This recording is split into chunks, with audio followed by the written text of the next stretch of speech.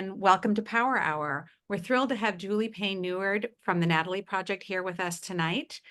She has a very engaging presentation for us, which we'll talk about in just a minute. But first, I want to tell you a little bit about the Pediatric Epilepsy Surgery Alliance.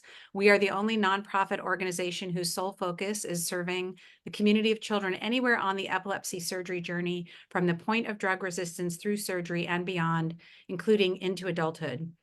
We empower our families with research, support services, and impactful programs before, during, and after surgery. Formerly known as the Brain Recovery Project, we are in our 12th year of serving this community. Our Power Hour sessions are brought to you by our corporate sponsor, UCB, and we are incredibly grateful for their support.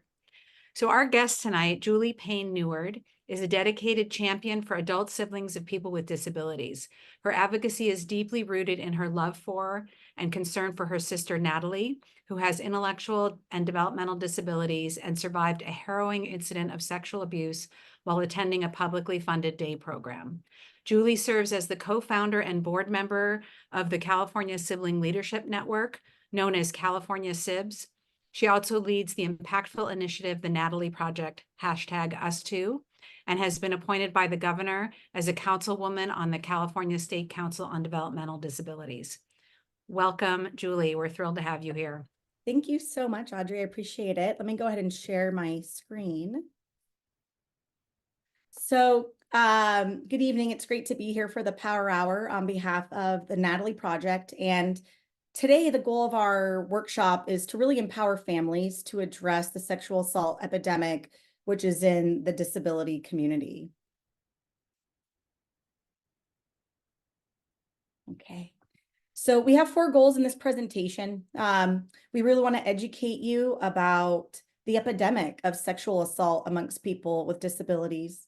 We'd like for you to understand and recognize the signs of suspected abuse, to really understand the path to healing and justice. What does that look like? And to really understand how to take collective action. We're going to hear a lot of information, and it's going to bring about a lot of feelings and emotions, and we're going to want to channel that energy into action and make sure that we're doing the right thing. I will let you know, this is a very, very tough and difficult topic. I've been speaking about this topic since I learned about my sister's survivorhood. And I just want you to take a moment to breathe. If you need to step back, mute, turn off the video, whatever you need to do to get through the presentation, please do so. When I speak about this, it's not a very exciting topic like traveling to Hawaii or Disneyland, but it is a necessary one. And so I thank you for listening in today. So Natalie, my sister, she's the namesake for the Natalie Project. Natalie is the second oldest of 4 children. I am the oldest and her protector. Natalie's number 2. We have a brother who's married and has 2 children in Los Angeles, and another younger sister who's currently Natalie's staff and paid for by one of California's systems, which I know is only specialized for California. But my 2 sisters live at home with my mom. And in the fall of 2011, we realized that Natalie's behavior was starting to change. She only went to a day program during the day, took a bus there, and she's kind of done that her whole entire life. I did spend many of my summers volunteering at her school, in particular during the summer, but things started changing and started happening. And without giving away too many details, I think it's important to at least cover the generalities. But my sister does wear diapers, and there was blood found in her diaper. There was what we would say fecal matter found in her armpit. She wasn't urinating in her diaper, and my sister communicates with her behavior, in particular moaning. And so she was moaning quite a bit, and that started in the fall, but we really didn't realize much until the spring after. But her behavior's changed. As I mentioned, she attended an outside daytime caregiving program. She was picked up by a bus. She went to a program during the day, and really it was my mom's reprieve from caregiving for her. And then she only lived with women in the home. My parents are divorced. So living in the home is my mom and our younger sister, who's younger than me by 8 years. So there were no men in the home. And so that leads to us and this horrible diagnosis now.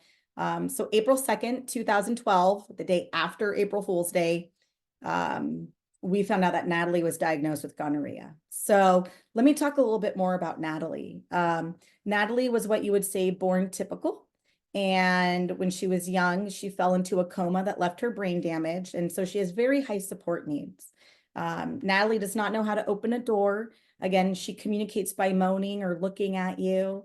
She has a dedicated schedule during the day of when she eats, when she needs her medication for epilepsy. And she has a routine for when she takes a bath and when she goes to sleep. And that routine kind of went off kilter a little bit. So upon the diagnosis and looking back at who she is and how she communicates and seeing how her behavior changed, it all made sense, unfortunately. And I am Natalie's co-conservator, and I was able to pull her medical files and review those. And looking back at the medical files, I could see and I could understand all the signs and symptoms of abuse were there, of sexual abuse, but we never understood it. And we thought she was always going to be safe out in the community. Upon learning about her horrific diagnosis, we did keep her home. We kept her home for about 4 years straight. And my mom and my younger sister were Natalie's sole caregivers during that time. And I really saw my mother age, and I saw how it was really taxing on my mother. So I went to a state meeting and I spoke up and I said, listen, I'm not here for the meeting. I'm here to try to find supports for my mother. My sister was sexually assaulted and we're very tired, and my sister needs care. And so we were able to sign up for a program for a one-on-one support. In California, we have what's called the Regional Center System, which I know is different than many other states, but they supply all the supports and services and administer those for people with disabilities, at least the funding and the paperwork. And then there's vendors in that system. And the state system we disclosed immediately that Natalie had suspected sexual abuse. Her case file did not reflect that for several years, unfortunately. When we told the system about what had happened to her, it was not treated like a crime at all. We were very, very much alone. And that's why I founded the Natalie Project, because we shouldn't be alone given this devastating statistics that we're going to cover. There are state laws. I think many of us are familiar with mandated reporting. And in California, you have to have your mandated report done within 2 days of learning about sexual abuse or any other forms of abuse. When we had disclosed to the system that Natalie had suspected sexual abuse, nobody did the mandated report. I am the one actually who called the police. The hospital who diagnosed her actually was the mandated reporter, should have been the mandated reporter, and reported this to the authorities, and they did not, and nor did the state system that supports Natalie. It wasn't until I demanded it 9 years later that they ended up finally fulfilling that obligation of doing the mandated report so community licensing could investigate. The program where this happened, we call this suspected sexual abuse because there's a lot of details that have not been confirmed to be factual, although we know through Natalie's behavior and our understanding of Natalie and where she went that she is indeed a survivor. The program did settle. We used to call that a secret settlement in California. It's no longer considered a secret, but they did settle with us for a sum of money and asked my mom, who signed it, not to speak about where it happened or how much money she received. The criminal case is still open, unfortunately, and the caregiver is still out in the community, most likely working with other adults. Unfortunately, we don't know who did this. We have an idea, we have some thoughts, police investigated, but they were never able to bring anybody to serve justice. So justice has not been served. So let's talk a little bit about the sexual abuse epidemic. So in 2018, Joe Shapiro, a investigative correspondent with NPR, did a week-long series called Abused and Betrayed. My sister Natalie's story is covered in the series under She Can't Tell Us What's Wrong. And there were some key findings that I'd like to share with you. People with intellectual and developmental disabilities are sexually assaulted at a rate 7 times higher than people without disabilities. This is one of the largest risk groups.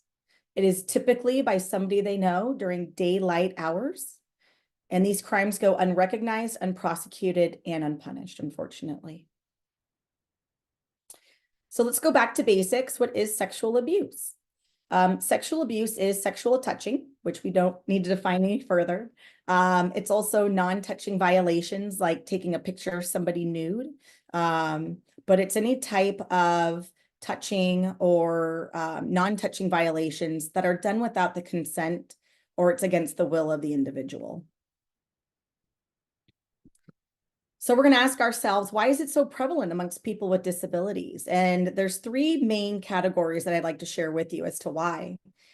People with disabilities are one of the largest minority groups in the United States, and they are stereotyped and excluded. Oftentimes, people with disabilities are compared to children.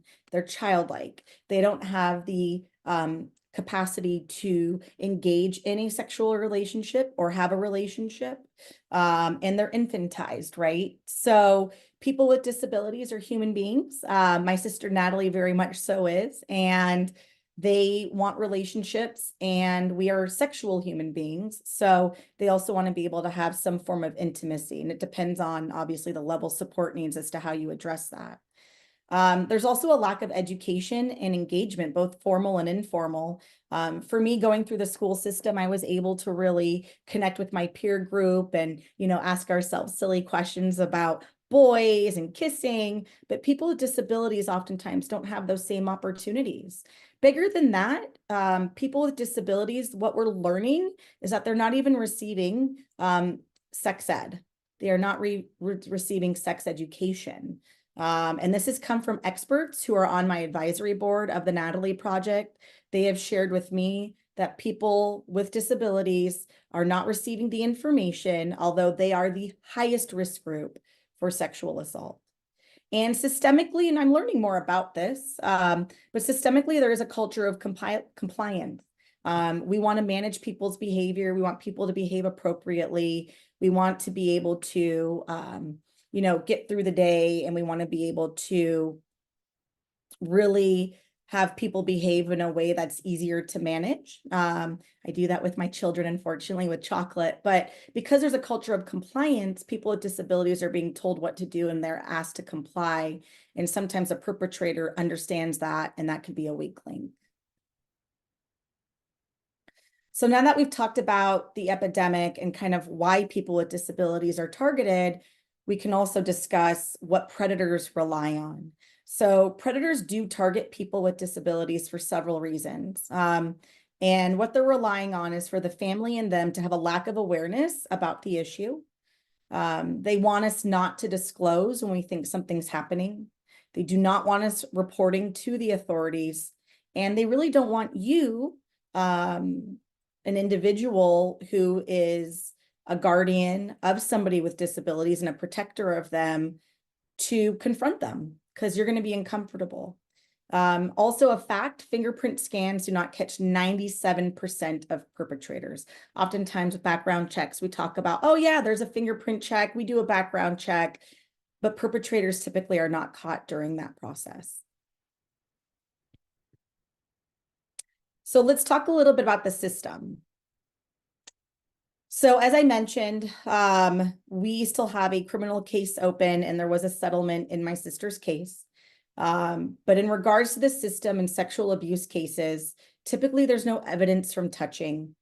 The perpetrator can have a clean record. You have the burden of proof to prove something happened. You have the he said, she said dynamic, which oftentimes for people with disabilities, because they're viewed as childlike, when they disclose that they have been sexually assaulted, they're not believed. Oftentimes what I'm told is when people do disclose, it is factual.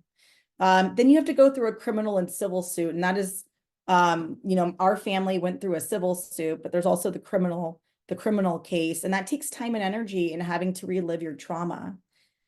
So with that, justice requires time, money, and energy. The system protects the perpetrators and is definitely burdensome to victims. So what are the potential signs of abuse? As I mentioned, most people, when they disclose that they have been sexually abused, they are telling the truth. And I do want to have a disclaimer here that even though I'm going to go through the potential signs of sexual abuse, I want you to know it could also be a sign of something else. But there's this direct disclosure. There's kind of clothing out of place. there's pain or infection, like my sister got gonorrhea.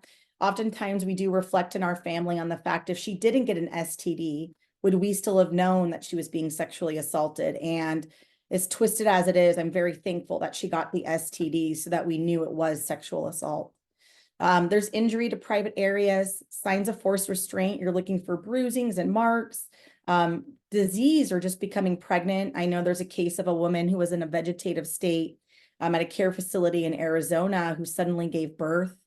And we found out it was the caregiver that actually impregnated her. There's frequent physical illness. There's an intense fear response. And I've seen this get brought up, especially by siblings, when they talk about their brother or sister and they have a fear response. And sometimes I mention, hey, you may want to look and make sure that they're not being abused. There's sleep problems. For instance, my sister Natalie, she would moan at night and not want to urinate in her diaper. And that was a sign for her that she was being sexually assaulted. And we didn't know that. She was being diagnosed with UTIs and yeast infections. And then there's also self-destructive behavior. So now that we've talked about this horrible epidemic, we want to be able to empower ourselves and say, what do we do and what can we control? And what do we have influence over?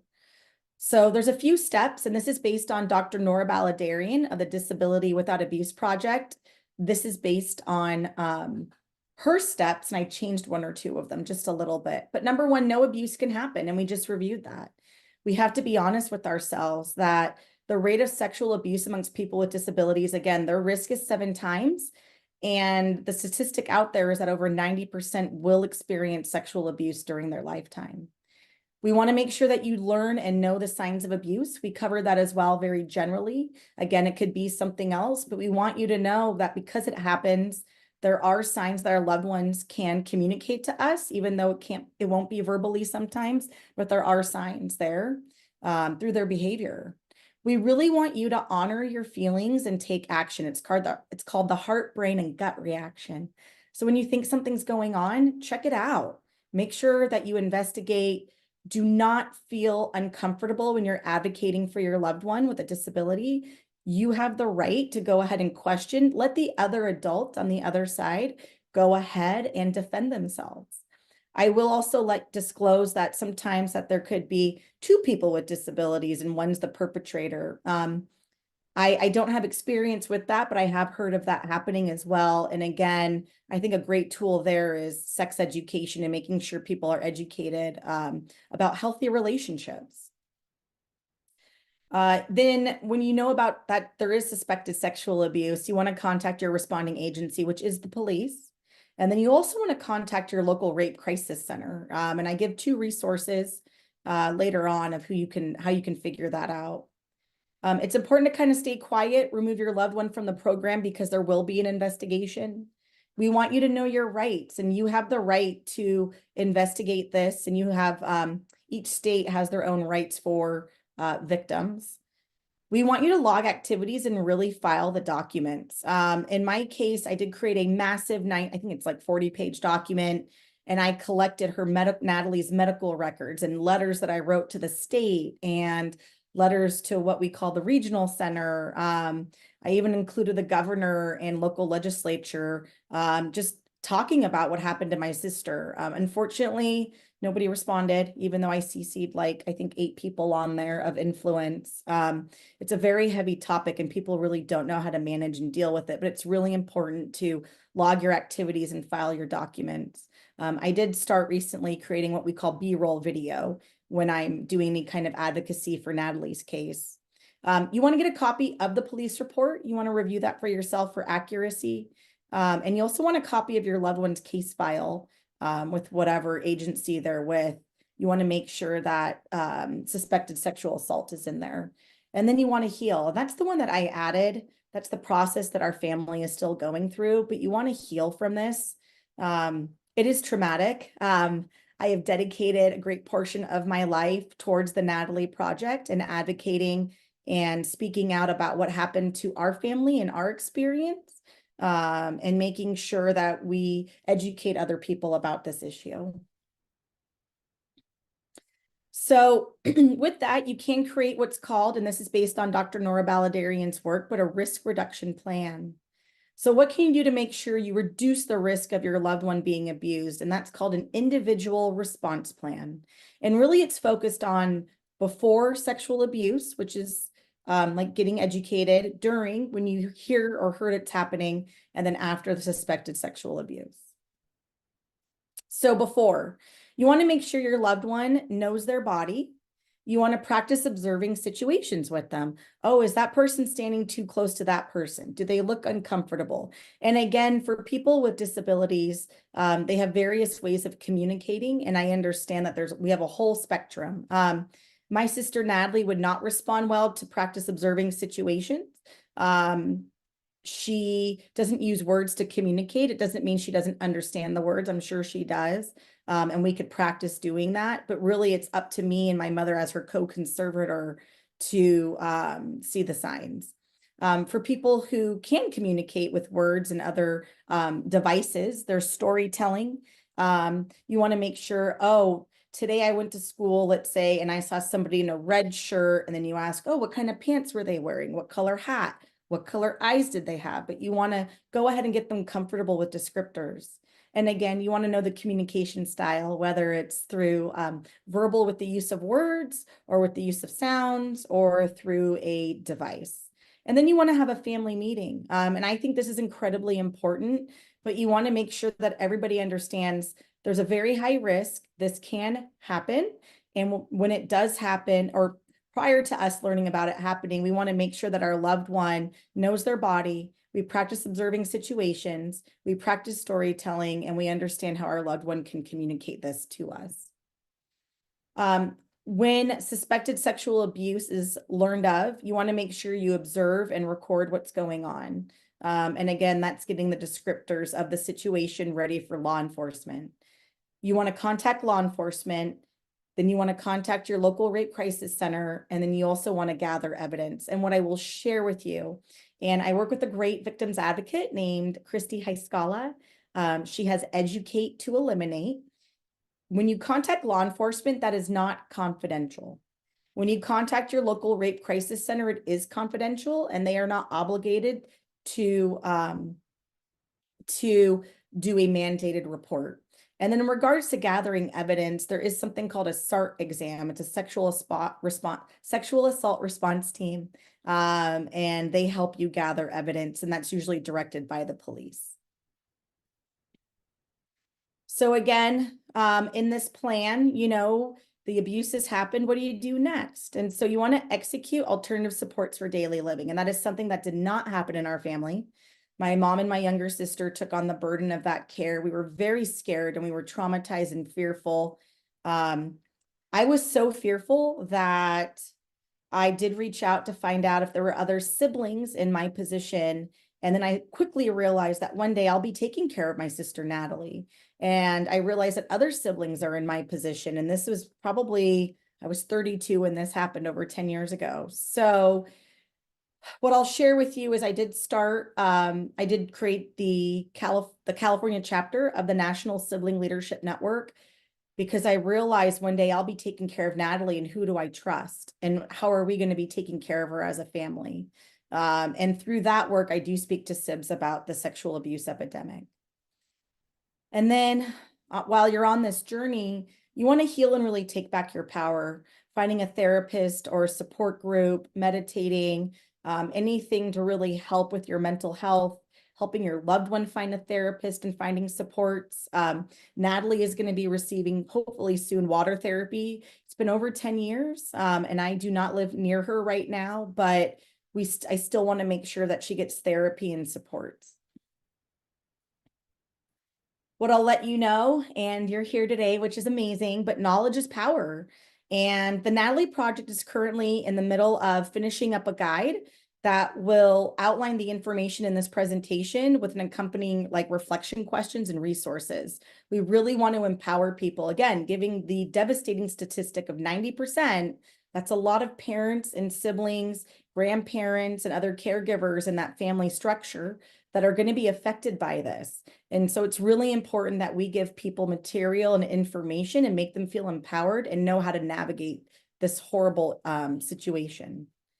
So as Christy Heiskala says of Educate to Eliminate, we want you to be don't just be a bystander, we want you to be an upstander.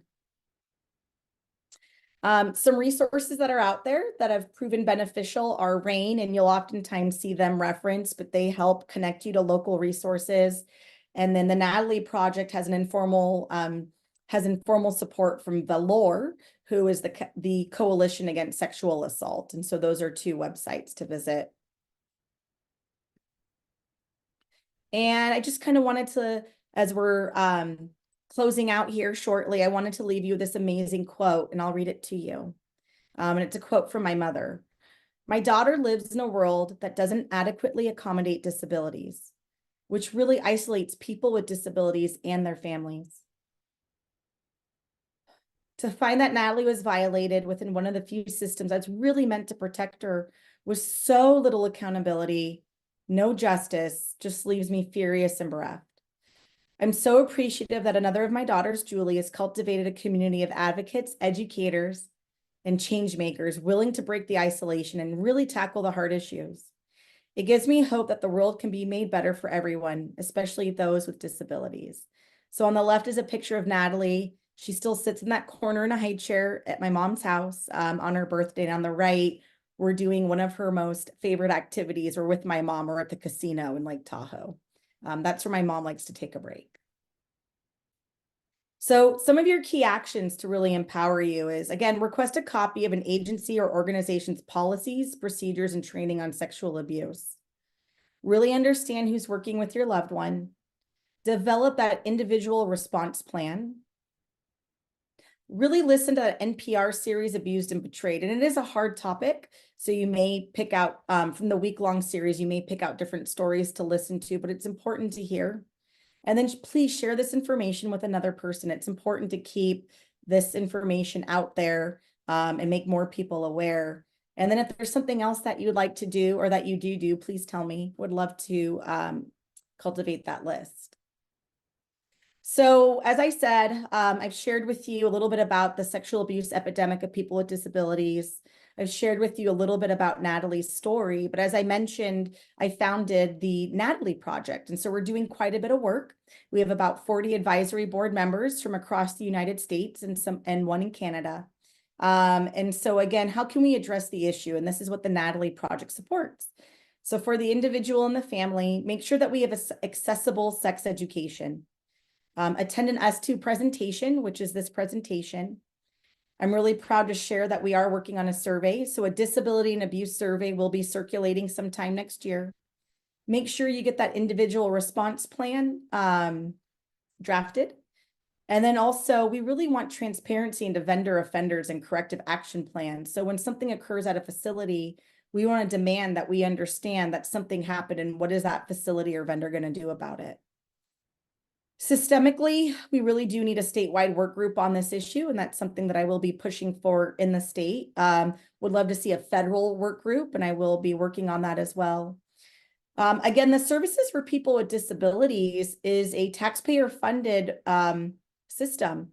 And so taxpayers deserve to understand that when there is a settlement of an abuse case, that taxpayer money is being used as a settlement to silence those that are involved. And I think it's really important that we no longer want people silenced, and we want this information placed in our hands. We really want to understand, okay, 2 people were sexually abused at this vendor. We don't need to know the name of the victims. We don't need to know the amount of money that was settled, but what is that vendor doing about those employees and their systems, and how are they going to help protect the individuals? And then also mandatory annual training for professionals and first responders. Really want to make sure that people working with disabilities understand. Through my work, which is not my professional career, but it's more of a passion, I've realized that up top, we talk about people with disabilities having their rights and having dignity. However, sometimes when they're out in the community, programs are abusing their rights and dignity. For example, changing their clothes in front of everybody else or not treating them well. And so there is a gap that does need to be closed upon in certain instances. So I'm happy to share that the Natalie Project, we did produce a film. The film will be hopefully released next year, and the film's called Natalie. One of my former employers donated a sum of money. And so I did work with a group, an inclusive group. They actually assist people with disabilities in filmmaking and training them, called Options for All. But we have a short documentary about 24 minutes long that I've produced that will be released next year. Again, I mentioned a disability and abuse survey. So I worked with Arizona State University with a gentleman, Professor Colburn, and along with the amazing Dr. Nora Baladarian. And she did a survey several years ago, and we're doing a refresh of that. But the survey right now should be released early next year. We're currently having that translated into American Sign Language. We are going to be leading more workshops, and we'll be fine-tuning our deliverable, but we'll be leading more workshops about this issue. And then in general, we're advocating. I've been working on this for several years now and just building supporters across the nation. And we're going to be starting to really channel our energy into changes. So thank you very much for being here today. Really appreciate it. And I wanted to just acknowledge the people that helped with this presentation.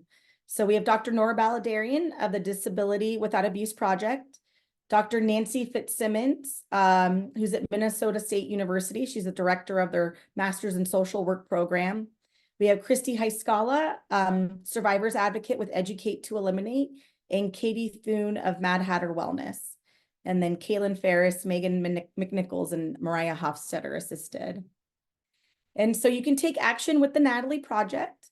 My email is julie@thenatalieproject.org. And then I'm also on social media. It's not very robust yet, but I'm on Facebook, Instagram, and LinkedIn. And then we do have a website, thenatalieproject.org.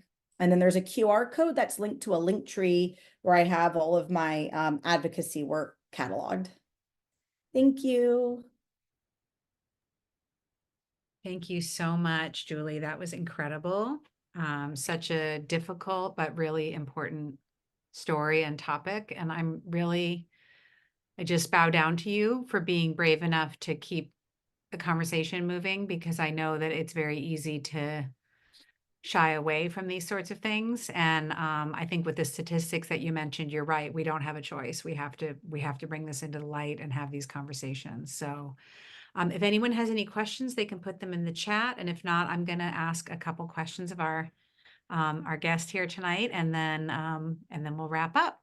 So you talked a little bit about training, sexual education training.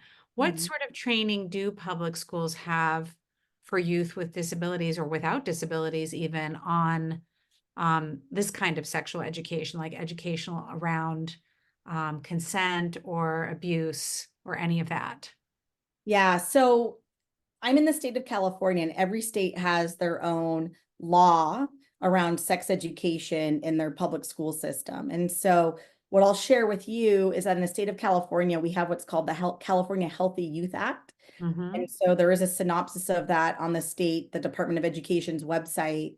But people are supposed to have sex ed in middle school and high school, and it is supposed to be accessible. I had Nellie Galindo of Accessible Sexual Health tell me people are not getting sex education in my state. I believe, I hate to say this, I think she's in one of the Carolinas. But people with disabilities are not getting sex ed. And so that's something that we're really concerned about. Once you age out of, the public education system, right? Once you're around 18 to 22, right around there, I think it's really important that agencies and state agencies offer adults with disabilities continual sex education and healthy relationship education, right? And what's even more important than that is the individual receives that, but us as family members need to receive that as well. And so I was on a little subgroup with the California Department on Developmental Disabilities, and it was just on sexual abuse. And I told them every time a caseworker meets with a family, you guys need to disclose or at least give somebody a pamphlet about this epidemic of sexual abuse. You need to let people know this is happening. Yeah. And that's not happening right now. Whenever you go into your IEP or IPP meeting, nobody talks about this, right? So that's a perfect opportunity to engage a family on the topic and make sure that sex ed is happening.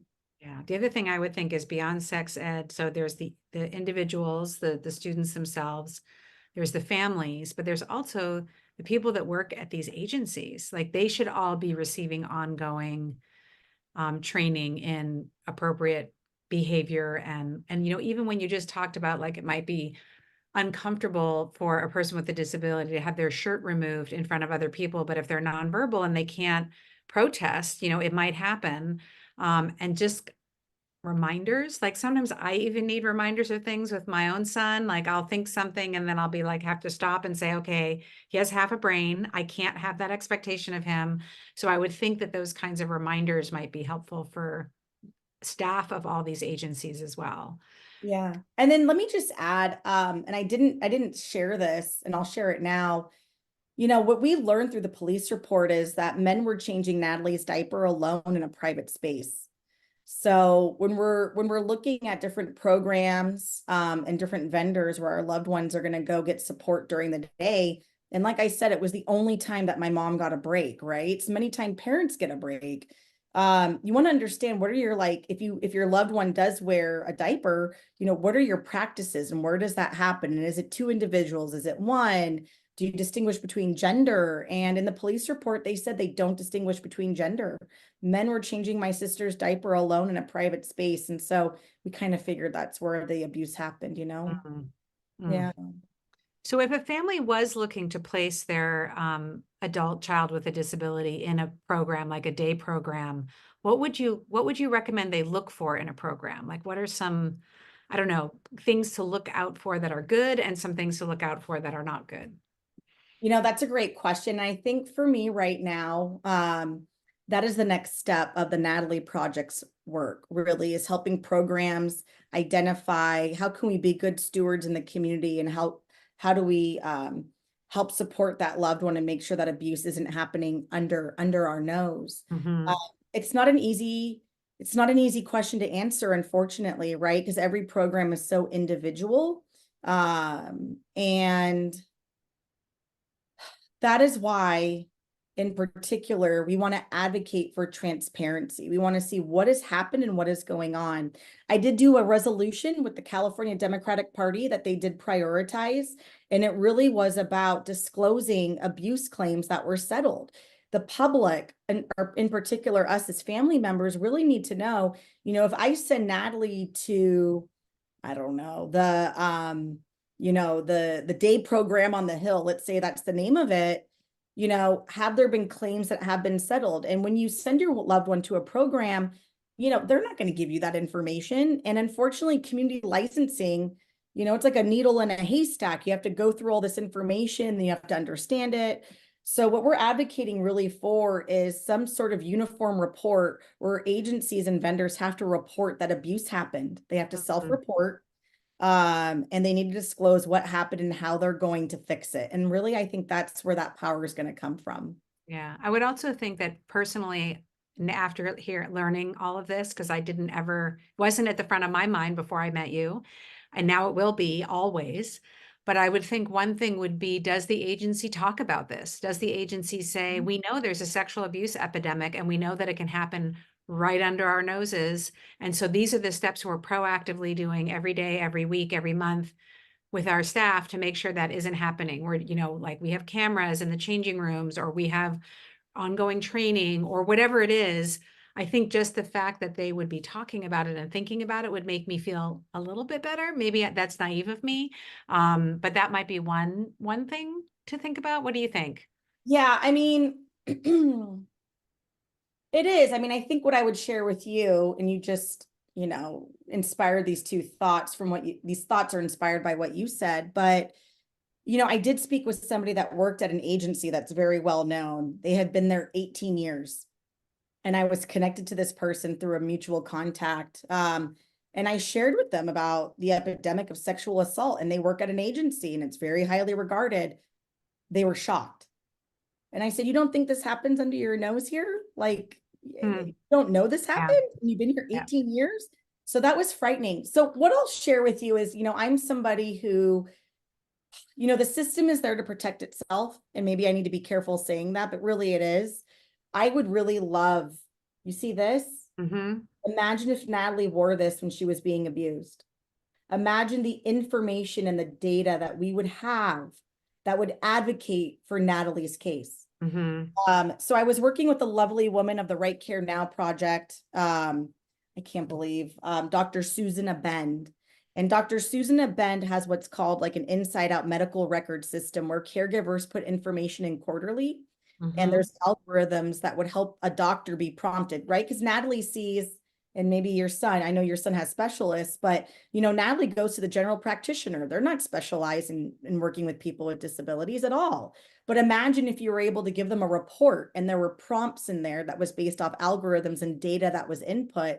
Check for this, check for this, check for this. And Dr. Susan Abend is amazing. And so what I asked her, and I was linked to her by Joe Shapiro of NPR, said, why don't we have wearable technology on everybody? Because when Natalie was being abused, imagine if she wore this, like I said, her GPS location, her heart rate, her positioning.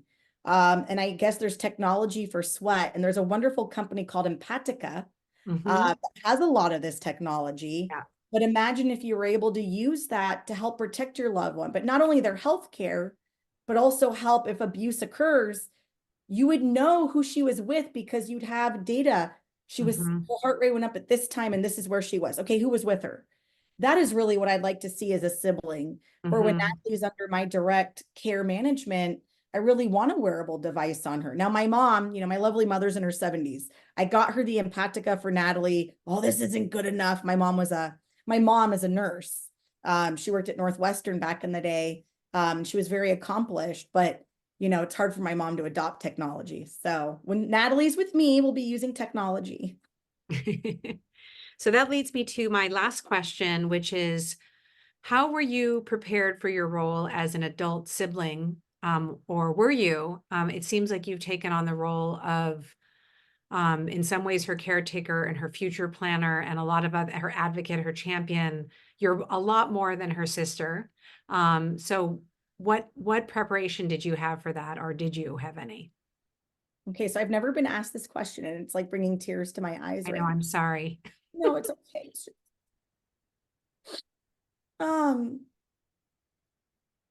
I wasn't prepared. My parents did a gosh darn good job. They did the best they could. I volunteered during the summers with Natalie. I have friends from grade school who told me they remember me managing Natalie's seizures and knowing how to take care of her when I was younger. I don't remember that. But they remember clearly, and I've always been her champion and protector. So, as I mentioned, once I heard about Natalie's abuse, I really realized that I'll be her care manager one day or caregiver. And that's when I got into go mode. So my preparation really didn't occur until my 30s and 40s, unfortunately. And so last year I took all my bonus money and I hired a lawyer and we got Natalie's special needs trust done. I realized the family structure right now is strained. And so I advocated within the system for better supports for Natalie to make sure that my mom got a break, to make sure my younger sister, Patricia, as her caregiver, got a break.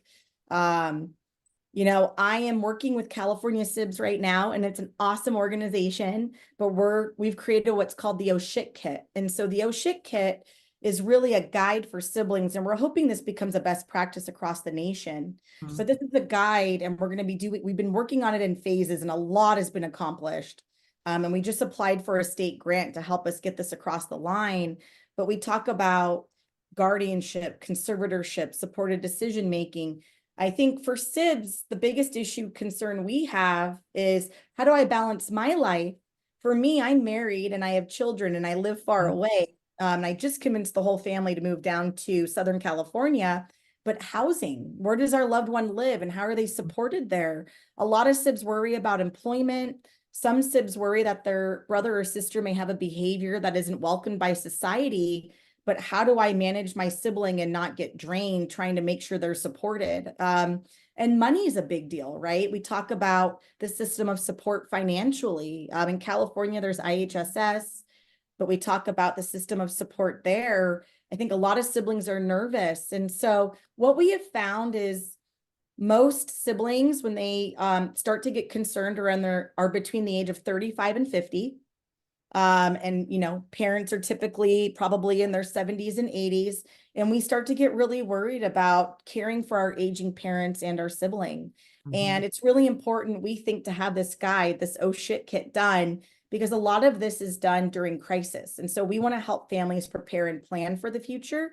We want siblings really to feel empowered, that they have choice over their lives, and that Mhm. they understand the mechanism of support, and that they can help their families navigate the care of their brother or sister safely without making rash decisions. And I must share this example, but we have a friend of mine was on the board, and she had suddenly lost her mother. Several years later, she suddenly lost her father, and her sister has Down syndrome.